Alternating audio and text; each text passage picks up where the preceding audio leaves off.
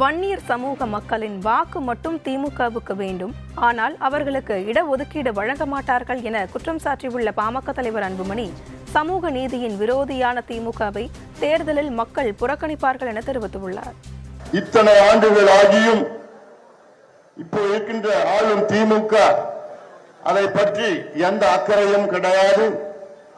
வன்னிய சமுதாயத்துடைய வாக்குகள் மட்டும் வேண்டும், அவர்களுக்கு கொடி பிடிக்க வேண்டும், கோஷம் போட வேண்டும், சமுதாயம் முன்னேறக்கூடாது என்ற நோக்கத்திலே முதலமைச்சர் ஸ்டாலின் அவர்கள் தெளிவாக இருக்கின்றார்கள். பயம் கூட இல்லாத முதலமைச்சர் ஸ்டாலின் அவர்கள், அந்த ஒரு சின்ன எண்ணம் கூட இல்லாத ஒரு முதலமைச்சர் ஸ்டாலின் அவர்கள் திமுகவை மக்கள் புறக்கணிப்பார்கள். நிச்சயமாக சமூக நீதியின் விரோதி மட்டுமல்ல திமுக, சமூக நீதியின் துரோகி திமுக.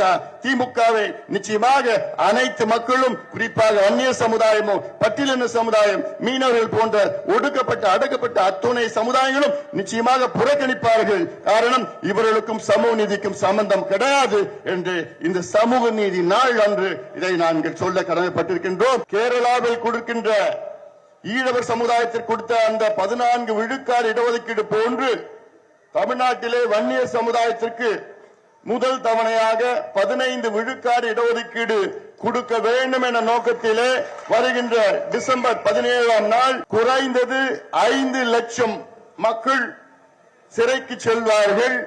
அமைதியான முறையிலே அற வழியிலே சிறை நிரப்பும் போராட்டத்தை அறிவித்திருக்கின்றோம். அது உறுதியாக நடைபெறும்.